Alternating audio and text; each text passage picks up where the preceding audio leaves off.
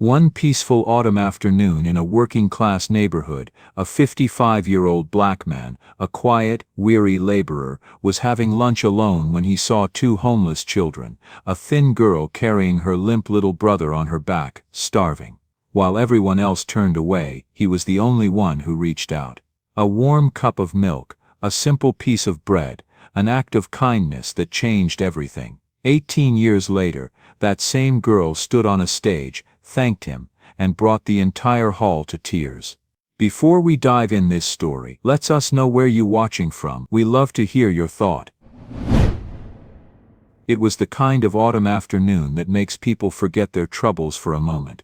Sunlight soft, drifting through golden leaves like time slowing down. The air was crisp but not cold, the wind gentle, tugging playfully at the corners of napkins and paper cups.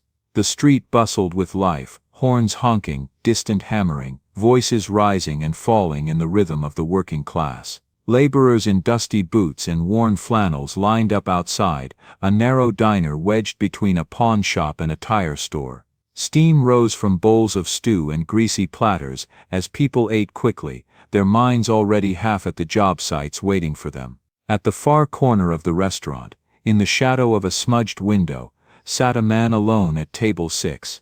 He was around 55, black, broad-shouldered but slightly hunched, his muscles telling of decades moving crates and machinery.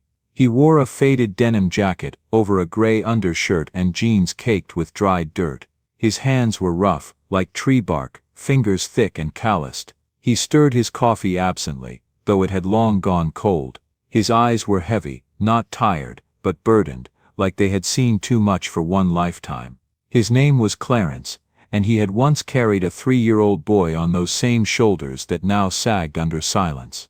His wife waited at home, and so did the echo of a nursery that had been empty for 20 years. Clarence didn't speak much these days, especially not during lunch. He liked the noise around him, the clatter of plates, the distant yelling from the kitchen, the grumbling laughter of men who lived paycheck to paycheck. It made the silence inside his chest feel less sharp. Today, though, something felt off. He couldn't say why at first, but then the door creaked open again, letting in not just the crisp scent of autumn, but something heavier, like sorrow in small shoes. A girl had stepped in, couldn't be more than 12. Her face was thin, cheeks hollowed under layers of street dust. Her clothes didn't match the weather, an old t-shirt too large for her, pants torn at the knee, and no jacket in sight. Draped across her back was a boy, 3, maybe 4, his arms limp, head lolling against her shoulder. His skin was pale, lips cracked, and his legs bounced lightly with each step she took. But what haunted Clarence wasn't the way they looked, it was how quiet they were. Too quiet, like they'd learned already that noise got you kicked out.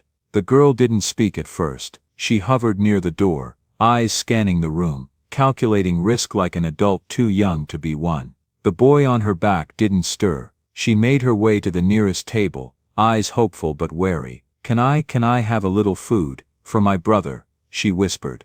The man at the table looked up briefly, blinked, then returned to his sandwich. No answer. She moved on. "Please, just some bread maybe. He hasn't eaten." A woman waved her off, another muttered, "Not my problem." Someone turned their back. The room didn't grow quieter, it just grew colder. Clarence didn't move. Not yet. He watched every step of hers sinking deeper into him like nails. The girl's voice never rose, never begged, just kept asking like someone who'd already been told no 100 times.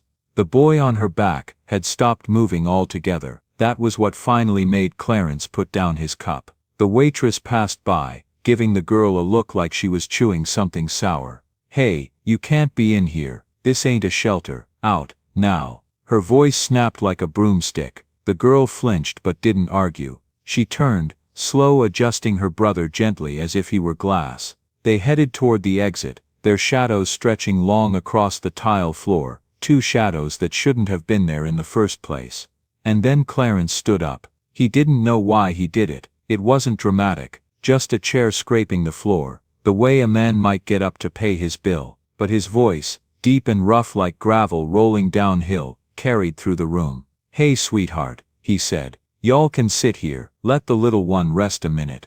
The girl froze mid-step, Her whole body stiffened, like she didn't trust the sound of kindness anymore. She turned, slowly, and for a moment, just a moment, Clarence saw her eyes flicker with something that might have been hope. Then it was gone. "We're not bothering you, sir?" she asked quietly. "He's just really tired. I'll leave if you want." Clarence shook his head, and nodded to the seat across from him. "No, he looks like he needs to sit more than I do. Come on, let him breathe."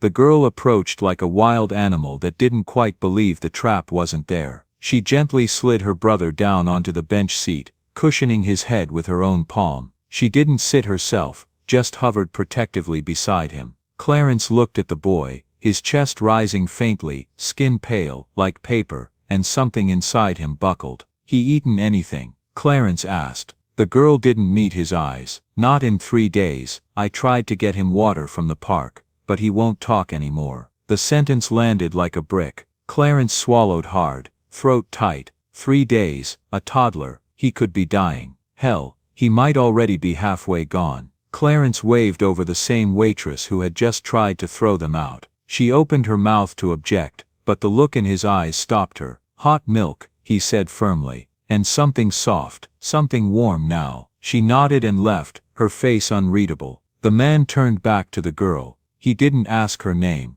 didn't ask what happened. It didn't matter. What mattered was that the boy needed to make it to the next hour. He slid the plate toward the girl when it came, but she didn't move. Her eyes never left her brother. He dipped a spoon into the milk, and carefully, slowly, brought it to the boy's lips. The child barely reacted. The second spoonful, though, he swallowed. Clarence didn't notice the girl watching him like a hawk, not at first, but when he looked up, her stare pierced him. There was suspicion in her gaze, but underneath that, something breaking. He offered a soft smile. "He's warming up, see, his hands ain't like ice no more," he said gently. Only then did the girl lower her shoulders. "Not completely, but enough," she whispered. "Thank you." And for the first time in days, perhaps weeks, someone listened. The spoon shook slightly in Clarence's hand as he dipped it once more into the warm milk. The boy's lips parted instinctively now, no longer clamped in fevered silence.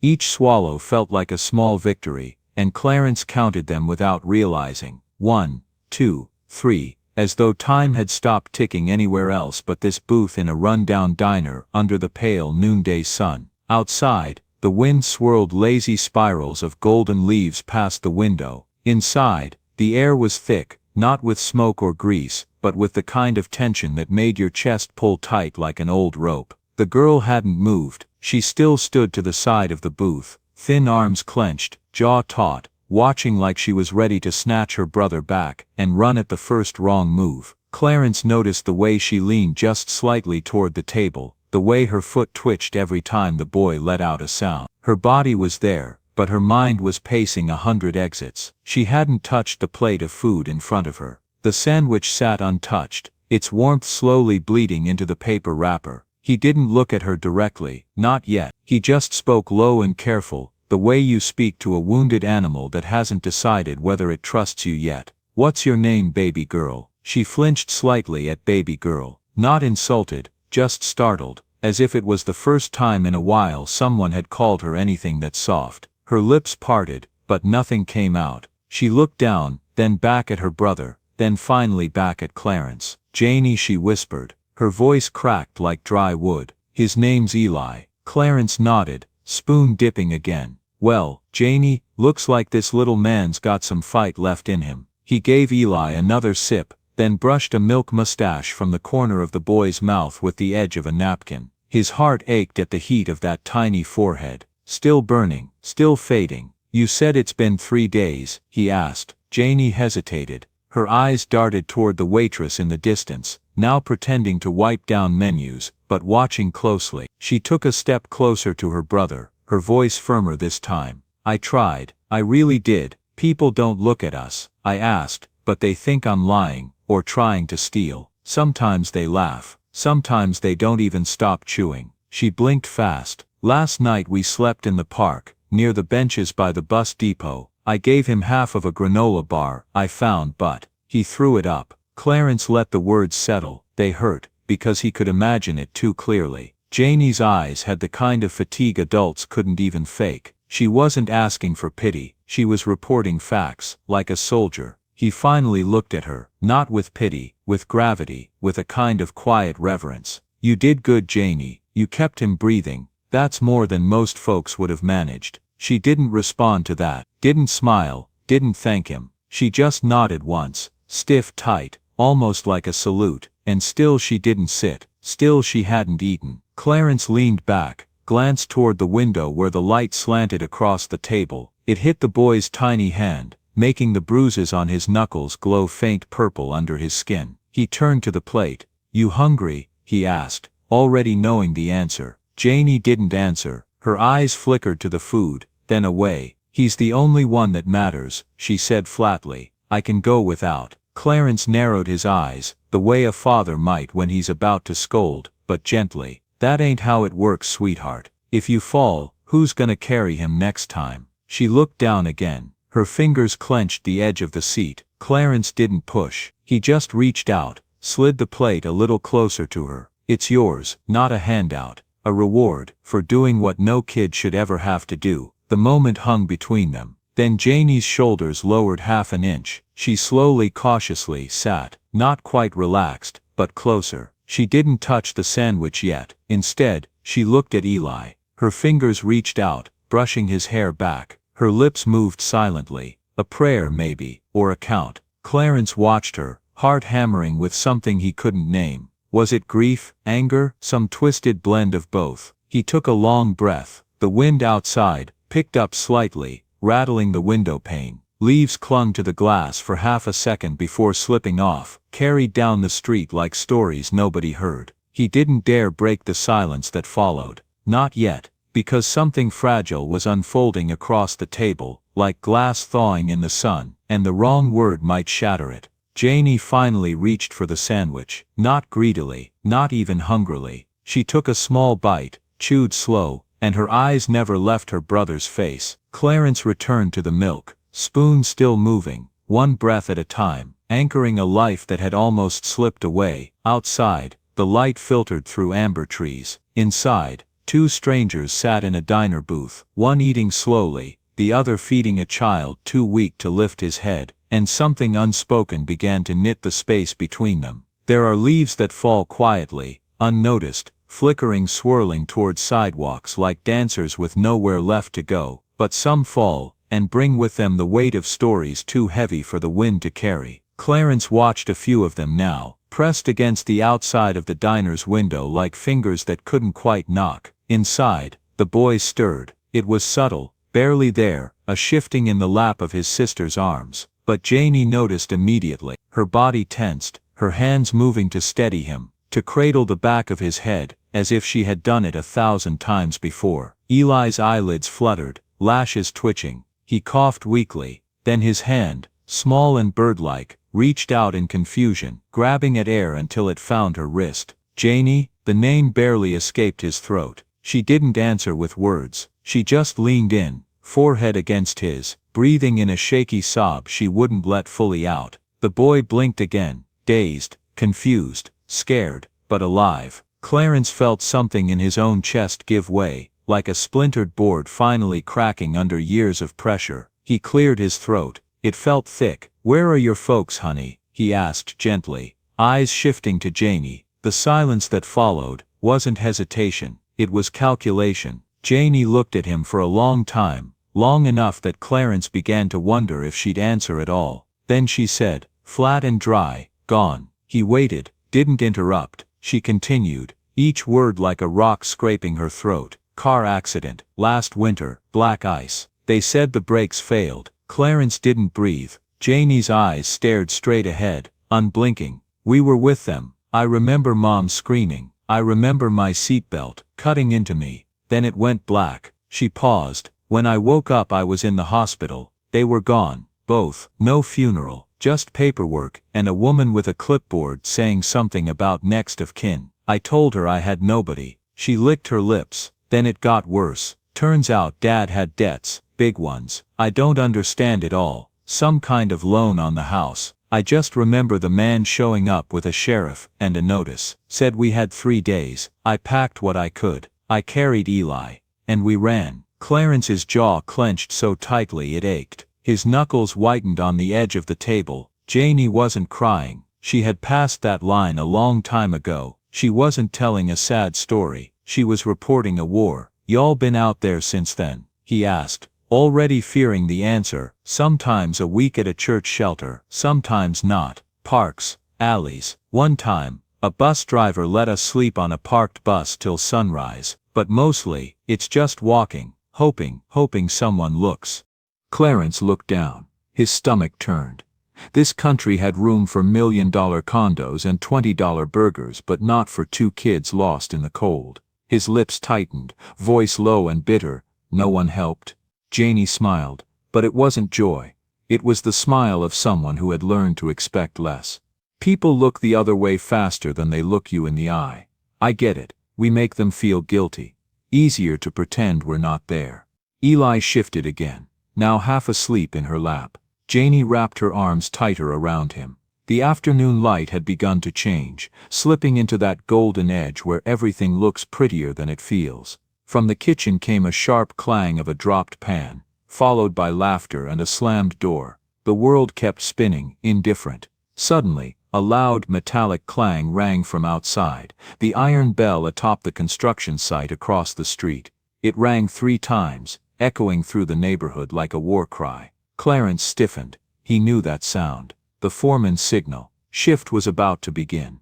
He looked at his watch. Nearly 1:30. He'd have 5 minutes to grab his gloves and run. But he didn't move. He watched Janie quietly kiss Eli's forehead, her hand stroking his hair in small tired circles. The bell rang again.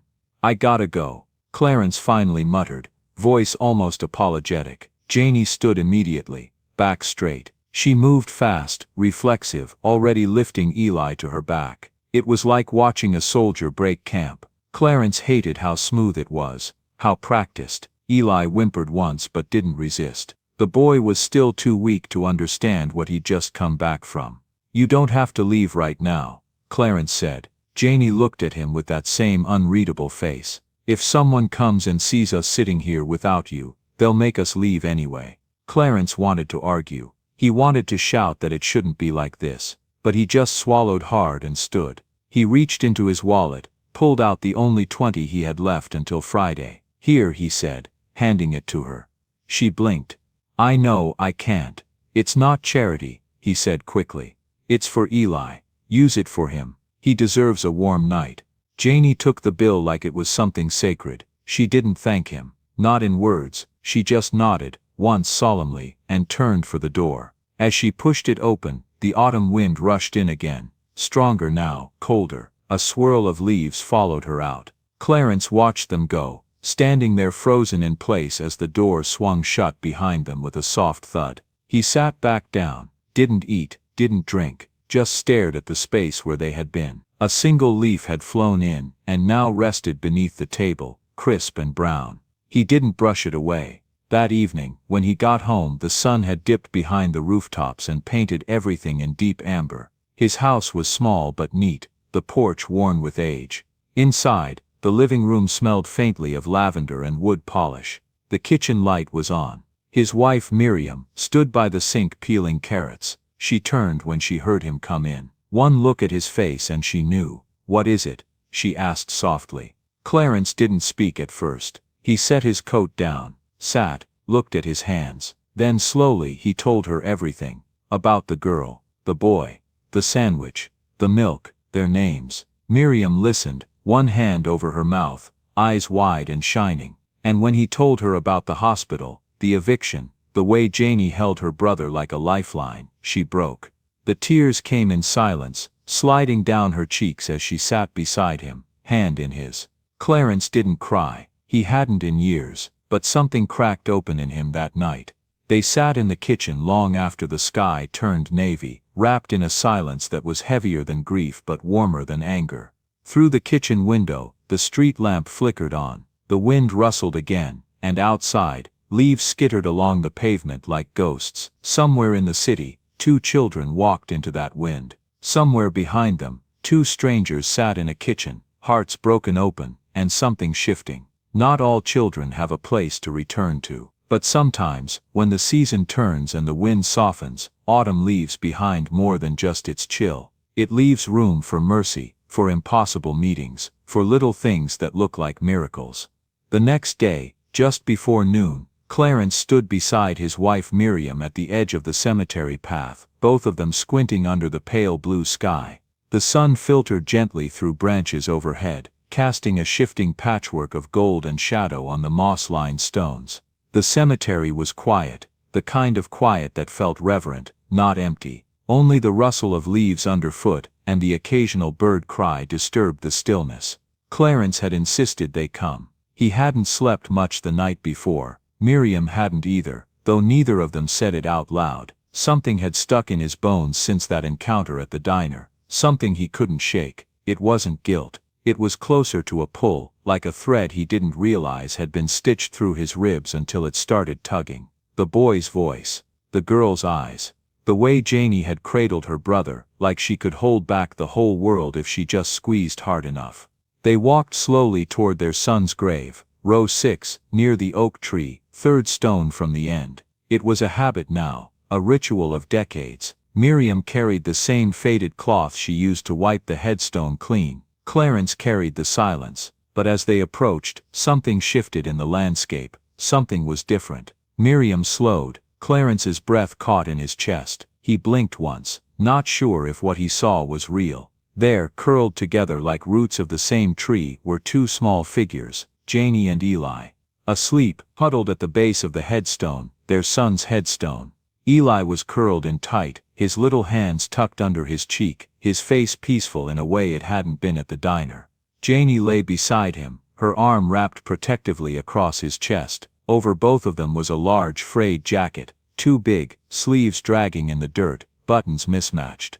Clarence realized it must have belonged to their father, a final thing left behind. The wind picked up softly, brushing strands of hair across Janie's face. The sun pierced through the trees, laying warm light gently on the children's skin, like the sky was trying to keep them alive. Miriam froze, her hand flew to her mouth, her knees buckled slightly as she gasped. And then the sob broke loose, sharp, sudden, uncontrollable. She dropped the cloth and rushed forward, collapsing onto her knees beside the children, with the kind of cry that could rip bark from trees. Janie startled awake immediately, eyes wide, body tense. She pulled Eli in instinctively, shielding him with her own frame, her breath heaving fast as she blinked against the blur of sunlight and confusion. Clarence moved forward, hands raised gently, heart pounding. "It's okay," he said, voice hoarse. "It's just us." Janie stared, disoriented, then recognition crept in. Her eyes softened slightly, but only slightly. "Why? How did you?" she asked, voice raspy. Clarence looked down at the grave, then at the jacket, then back at her. He crouched beside her slowly, placing a steadying hand on Miriam's back. This is our son's grave," he said. "He passed when he was 3. We come here every month." Janie didn't speak, her mouth opened, then closed. She looked down at the engraved name, her fingers brushing away a stray leaf. Isaiah Benjamin Walker, beloved son, 2005, 2008. Her hand trembled. "I'm sorry," she whispered. "No," Miriam said through tears, shaking her head violently. "No, don't you apologize. Don't you dare." She reached out suddenly, wrapping her arms around both Janie and Eli, who had just begun to stir. "You didn't do anything wrong, you were just trying to find a place, that's all." Janie stiffened at first, then slowly, her forehead pressed against Miriam's shoulder. Her breath shuddered. Eli's eyes fluttered open, confused but calm, blinking up at Clarence. The boy's gaze lingered for a moment before he smiled. "Just a little, just enough." Clarence knelt now, fully on the ground, boots crunching into dry leaves. He didn't say anything for a while. The sight in front of him was too much, too familiar and too foreign all at once. When he finally found his voice, it was quiet. "I never believed in signs," he said. "Not until now." He looked at Janie, whose face was pressed into Miriam's chest, her eyes squeezed shut. "But maybe we were supposed to meet." She looked up slowly, eyes red but focused. "We don't want to cause trouble. I didn't know where else to go." This was the only place I remembered. Clarence studied her, then reached out, not fast, not imposing, but steady. His large weathered hand found hers, still small, still clenched tight, like she hadn't learned how to let go of anything. He held it gently. "If it's not too much trouble," he said, voice breaking just slightly, "would you two like to come home with us? Just for a bit, just for tonight.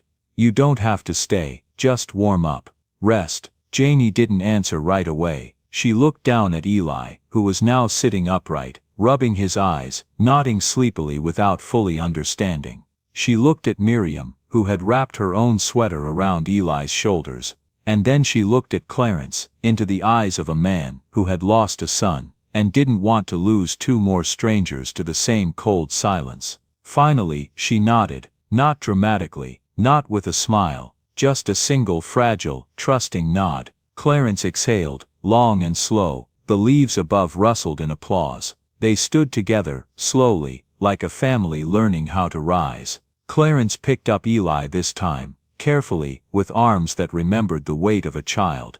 Janie stood beside Miriam, still holding the frayed jacket in both hands. As they walked back down the gravel path, 4 figures instead of 2, the light fell in long golden stripes across their backs. The trees swayed above them in quiet agreement. Behind them, at the grave of a little boy who had once known love, a few new leaves landed, gently, like prayers. 18 autumns had come and gone, each one layering new colors, new memories, over the ones before. The world had changed in 1,000 small ways. Fashions faded, people moved, neighborhoods rose and sank, but this day felt eternal. Timeless, as if the clock had waited just for her. The university courtyard was wrapped in golden light. Leaves spun slowly down from aging oaks, catching in the folds of graduation robes and bouncing gently on polished shoes. The sky above was a soft silver blue, brisk but clear, and the air smelled like promise, damp earth, pages of unopened books, and hope pulled fresh from the oven. The campus stage had been set days before, rows of folding chairs, stretching wide into the lawn, banners fluttering with the seal of the school and its legacy. Janie stood behind the lectern, wrapped in a black gown too heavy for her frame, and a crimson sash that shimmered when the sun hit it just right. Her cap sat snug atop her curls, and in her hand, folded tightly, was the speech she had spent 6 months preparing but no longer needed to read. Her voice trembled as she began, not from fear but from the weight of what had led her here. "I was 12 the day my little brother nearly died," she said, her voice strong but threaded with breath. "We had no home, no food, no family, we didn't matter to anyone. Until someone, 2 someones, saw us." She paused, scanning the audience, eyes searching through hundreds of faces, and then she found them. 2 familiar figures near the middle row, dressed plainly but sitting straighter than anyone else. Clarence's hands were clasped tightly in his lap, his fingers no longer as steady as they once were, and Miriam had a handkerchief clenched in one hand, her eyes already wet before a word had truly landed. Janie smiled, soft and full. "They didn't know us, but they gave us milk, a sandwich, a warm place to sleep, and more than that, they gave us back our future." The crowd sat in rapt silence, not breathing, not blinking, just listening. I remember thinking, that night, that maybe people like them only existed in movies, maybe kindness wasn't real. Maybe no one would believe me if I told them what they did. But now, her voice cracked just slightly, but she didn't falter. "Now I'm here, on this stage, a graduate in public health, a first-generation college student, and it's all because 2 strangers refused to look away." She turned toward Clarence and Miriam fully now, no longer speaking to the audience but to them. "You didn't just feed us," she said, voice lowering, richer, deeper. "You taught me how to stand again. You showed me what family really means. You gave us a home. And you stayed, even when we were angry, even when we tested you, even when we were broken in ways we couldn't name yet. You stayed. Thank you for saving us with warm milk, a piece of bread, and your entire hearts." There was no script to what happened next. The crowd rose to their feet, as if moved by a single wind. Hands clapped, loud and long, echoing against the marble walls of the courtyard, and rising like a tide around the stage. Clarence blinked hard, jaw tight, refusing to cry. Not here, not with cameras rolling, but his hands trembled in his lap. Miriam stood, shaking, clapping so hard it looked like prayer. Eli, now 19, taller than them all, stood beside Janie on the stage, his own cap held tight in his hand, a quiet smile on his lips as he placed a hand on her shoulder. He hadn't spoken during the ceremony, but his eyes had said everything. The dean stepped forward to reclaim the microphone, but even he paused, overwhelmed, before quietly saying, "Thank you, Dr. Janie Carter. Thank you for reminding us why any of this matters." Later, after the crowd had filtered out and the stage had been cleared, Janie walked hand in hand with Clarence and Miriam through the university gardens. The wind carried 1,000 golden leaves in gentle circles around them, swirling at their feet like dancers too graceful to land. She had returned the cap and gown, slipped into a soft sweater, and traded her heels for scuffed old flats. They walked slowly, no rush to anywhere. Clarence stopped beneath a maple tree near the fountain, its red leaves bright against the sky. He looked at her for a long time before speaking. "Can't believe it still," he muttered. Janie smiled. "I can." He raised an eyebrow. "Because you believed in me first," she said, "even when I didn't. You saw something. Maybe I was just a scared little girl with a starving brother and dirt under her fingernails. But you saw past that. You saw me." Clarence swallowed hard. "You saved me too, you know." Janie looked up. "What do you mean?" He nodded toward Miriam, who was now sitting on a bench nearby, watching the campus fountain. "After we lost Isaiah, I didn't think we had anything left. Not really. I kept working." She kept breathing, but that was it, until that day, at the diner, and later, at the grave. He paused. "You walked into our lives like ghosts, and brought us back to life." Janie stepped forward, wrapped her arms around him, not as the girl he once fed, but as the woman he helped raise. He hugged her back, strong and unguarded. From the bench Miriam called softly, "Come on now, you two. The boys got a reservation set up and everything."